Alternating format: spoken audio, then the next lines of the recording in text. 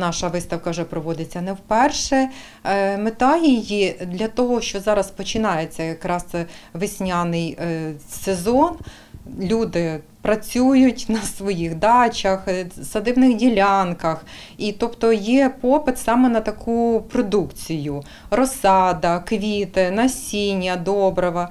І з практики проведення наших цих заходів він користується великим попитом у людей. Участь у заході в нашому ярмарку «Квітуюча Україна» беруть підприємці не тільки з нашої громади, з нашої області Хмельницької, але і з інших областей нашої країни, з Вінницької області, з Тернопільської області, з Івано-Франківської області. Виставка «Ярмарок. Квітуча Україна» відбудеться 5 квітня на вулиці Прибузькій, відрізок вулиці від вулиці Кам'янецької до вулиці Грушевського.